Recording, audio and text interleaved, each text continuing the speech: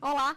Hoje aqui no Academia vamos falar sobre o sistema penitenciário e as penas aplicadas aos condenados pela Justiça. O estudo é do doutor em Direito Penal, César Bittencourt. Falência da pena de prisão, penas e alternativas. Tese apresentada à Universidade de Sevilha como requisito obrigatório para a obtenção do grau de doutor em Direito, sob orientação do professor Francisco Munhoz Conde. E para participar do nosso debate, convidamos Daniel Gerber, mestre em Ciências Criminais pela Pontifícia Universidade Católica do Rio Grande do Sul e o mestre em Direito pela Universidade Federal da Bahia e especialista em Direito Penal, Bruno Espinheira Lemos. Obrigada, Daniel, pela presença aqui na Academia. Olá, Mariana. Para mim é um prazer estar aqui sempre contribuindo com a TV Justiça. Muito obrigado. Obrigada, Bruno. Mariana, um prazer estar com vocês novamente aqui. E agora vamos entender, então, um pouquinho melhor o tema estudado pelo Dr. César Bittencourt e qual a metodologia usada para desenvolver essa tese.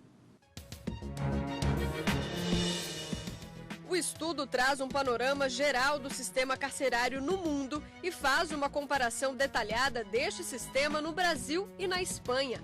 O autor defende ainda que a pena de prisão já está falida e não apresenta os resultados esperados no cenário atual. As penas alternativas podem ser a solução.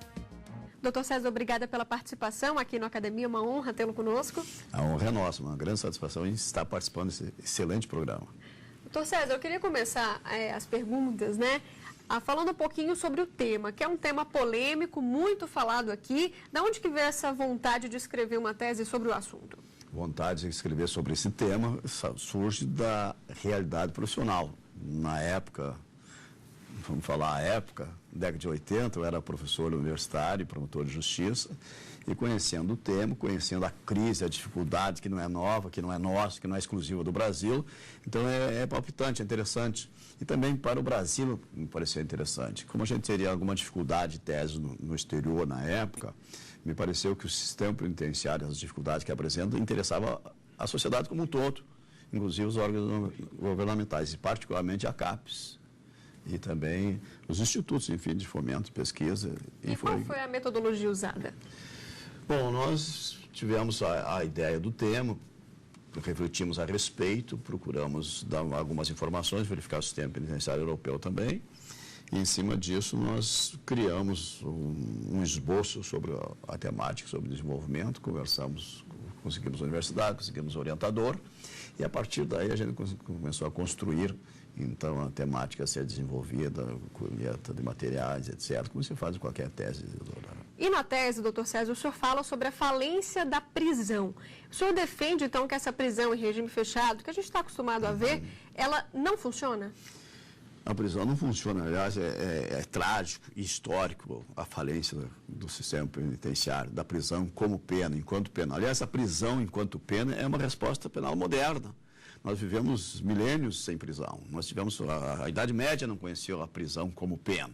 Então, significa dizer que a civilização conseguiu sobreviver sem ela. E, como experiência humana, como experiência pública, ela não deu os resultados que se esperava. Então, nós temos realmente uma dificuldade muito grande, até porque a prisão, que se diz tem a função ressocializadora, isto é, recuperar o indivíduo da sociedade, isso nunca funcionou. E nós, brasileiros, nunca tivemos sequer a experiência de tentar alguma coisa em termos de melhorar a condição do preso. Então, realmente, ela já nasceu falida.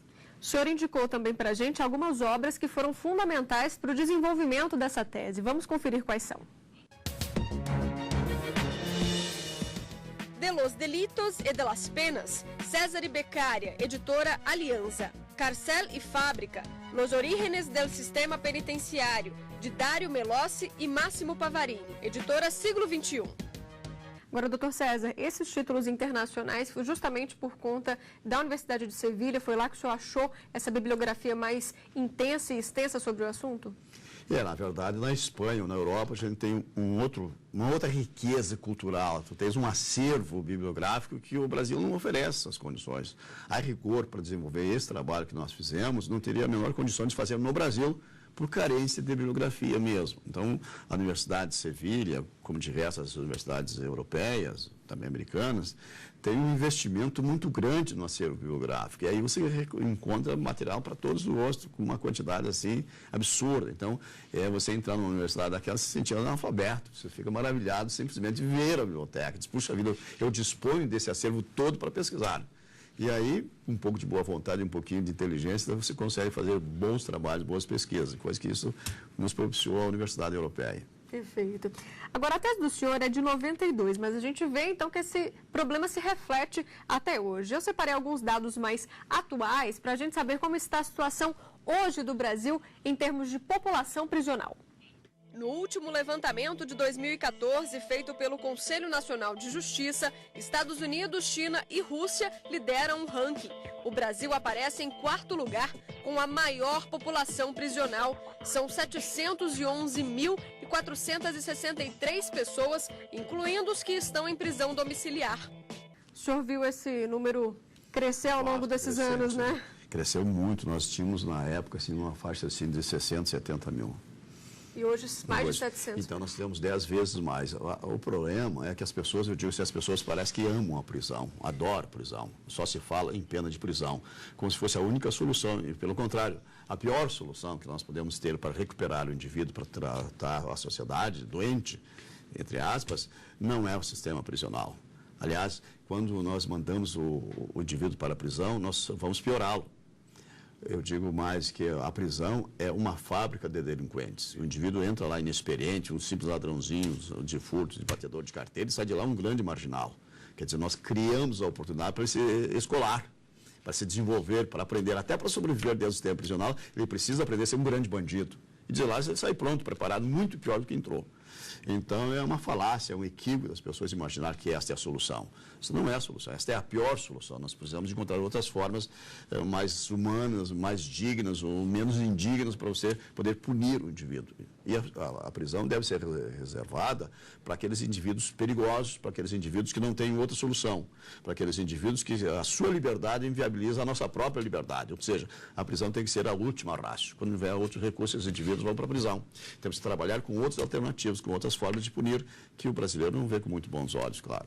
Isso se reflete também na situação que a gente tem hoje do déficit de vagas, né? Eu separei para a gente, então, os números atuais do sistema de vagas aqui do Brasil.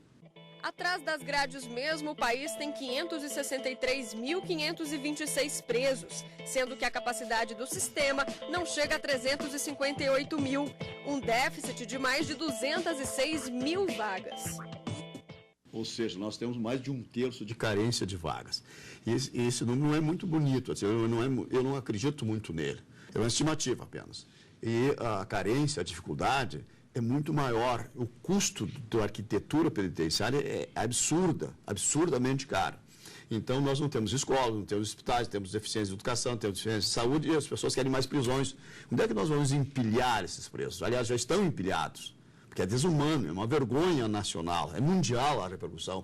Tanto que eles não deram extradição para um indivíduo para cá, porque nós não temos um mínimo de condição de colocar uma pessoa humana na prisão.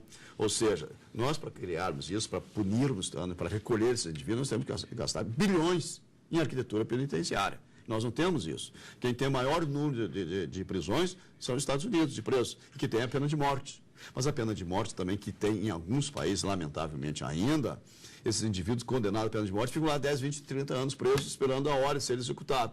Então também não é solução, não resolve, não é por aí. Nós precisamos encontrar soluções menos caras, coisas menos indignas. Temos que encontrar alternativas à pena de prisão e deixá-la como última ratio. Existe algum país exemplar que seria ideal? Existem os sistemas nórdicos, os países do norte da Europa, a própria Europa, alguns países, mas esse pessoal do escandinavo, lá também tem os mais espetaculares. Só que a quantidade é muito menor. Se você pega a Finlândia, por exemplo, o indivíduo que é condenado, ele fica aguardando na sua casa o dia que ele vai ser chamado, quando tiver vaga para ele. Nós empilhamos. Então, são outras culturas, são outras estruturas, é outra política, outra inteligência, são outros seres humanos. Nós temos essa necessidade de prender. Então, você só quer prisão.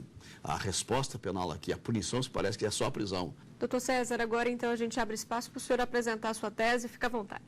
Para falar alguma coisa sobre a tese, sobre desenvolvimento, pouco espaço de tempo, mas apenas dizer que nós estruturamos esse trabalho há mais de 20 anos atrás, dividimos em 5 capítulos, falando da história e evolução da pena de prisão, trazendo os reformadores, os grandes nomes que se preocuparam com essa temática desde o século XIX, como Cesare de Beccaria, que é um marco para todos nós que trabalhamos na área criminal, o John Howard, também um inglês trabalhando com essa temática, e Jeremias Bentham. E esses são os precursores, digamos assim, da preocupação com o sistema penitenciário. Depois nós trabalhamos com os sistemas penitenciários propriamente dito, que é novo, como falei, a prisão enquanto pena é um instituto, uma resposta penal moderna, que nós começamos, na realidade, no início do século XIX, como tal, como especialidade. Nós trabalhamos, então, as teorias da pena, o desenvolvimento desses sistemas penitenciários, que começou nos Estados Unidos, lá no início de 1800, 1818, 1810, por aí, com o sistema pensilvânico, o sistema albaniano e os sistemas progressivos. Então, se descobriu há quase 200 anos atrás, 160, 170 anos atrás, que a melhor forma do sistema penitenciário tem que ser o sistema progressista. O indivíduo começa com um regime mais duro, evolui para um sistema intermediário, evolui para um outro sistema, para depois chegar e conquistando paulatinamente a sua liberdade. Esses são os sistemas progressivos que se questionam muito no Brasil. E o indivíduo, o cidadão, o ser humano, precisa de um estímulo, precisa ter esperança.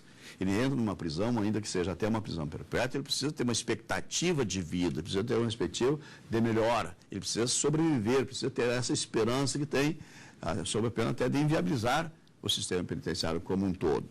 Depois nós trabalhamos também com as teorias da pena, as funções da pena no Estado Democrático de Direito, teorias absolutas, teorias relativas, teorias, enfim, intermediárias, recuperadoras, funcionais, que você permita o tratamento desse indivíduo, que ele não é uma fera. Ele é tratado como fera, ele é enjaulado como uma fera, mas ele precisa ter alguma forma assim, de tentar melhorar, tentar manter pelo menos o sistema e ter uma esperança de poder sair de lá, como disse, que ele sai muito pior do que entrou. Isso é uma realidade, mas é carência do sistema. Trabalhamos em um outro capítulo, trabalhando sobre a crise da prisão propriamente dita, onde nós trabalhamos os aspectos sociológicos, criminógenos, trabalhamos os aspectos, crise pelo menos, o aspecto subjetivo, psicológico, trabalhamos o problema sexual nas prisões e o problema da droga. E essas organizações criminosas que existem por aí, a origem, a célula, master está no sistema penitenciário, está lá dentro, se criam lá e sai para fora. E agora você tem agravações de pena se o indivíduo está na prisão cumprindo pena, se ele pertence a alguma organização criminosa. Ele tem que pertencer, não tem alternativa. Na entrada diz, qual é a tua organização? Você não tem organização, agora você tem. Vai A ou B, você escolhe. Não tem como não ter. Ele precisa aderir a alguma coisa, ele não tem liberdade de escolha. Ele é imposto, ele não sobrevive lá dentro. Nós trabalhamos, por fim, nas alternativas possíveis da pena de prisão. E aí, nós integramos um pouco o sistema brasileiro, que nós temos uma reforma penal de 84, que trouxe alternativas à pena de prisão, que não é novidade nossa. A rigor, o questionamento sobre a pena de prisão começou no final do século XIX. Lá em 1880, 1890, se questionou muito o sistema penitenciário na Europa. E se trabalhou alternativas no final do século XIX, no início desse século, no mundo inteiro. Nós, brasileiros, atrasadamente, só fomos trabalhar com pena alternativa quase um século depois. A prisão não é alternativa. A prisão é um trágico equívoco histórico, muito característico do vigente sistema penal brasileiro. E ela só pode ser reservada para aqueles indivíduos perigosos, aqueles indivíduos, como eu disse antes, que não têm outra alternativa, que eu preciso recolher sob pena de viabilizar a nossa liberdade. Então, ela tem que ser a última rácio. As demais sanções, as sanções menores, nós temos que encontrar outros meios menos degradantes de punir, porque o indivíduo continua sendo um ser humano. Ele não pode ser tratado como fera, ele não pode ser transformado numa fera enjaulada. E o sistema brasileiro, nós temos a rigor, a demonstração, às vezes a mídia tem trazido aqui, ele não recupera ninguém, até porque a prisão não nasceu para recuperar ninguém. É uma falácia dizer que ele é condenado para ser recuperado, para ser ressocializado. Você não ressocializa ninguém para a liberdade em condição de não liberdade. Então é preciso que a população tenha consciência, tenha noção. E não achar que quanto pior ele for tratado na prisão, melhor. Não, muito pior para nós todos, porque um dia ele vai sair de lá. Pior do que entrou, claro. Obrigada, doutor César, pela explicação. Nós vamos agora, então, para um rápido intervalo e no próximo bloco tem debate aqui no Academia.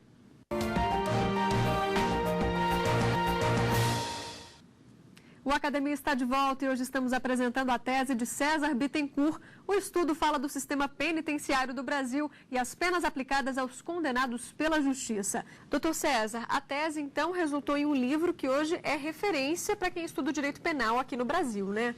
Pois é, surpreendentemente, né, de 93 foi transformado em livro. Pelo menos se diz que é um clássico sobre essa área, sobre essa matéria, especialmente para quem se preocupa com o sistema penitenciário, quem se preocupa com as consequências das infrações penais, que todas elas têm.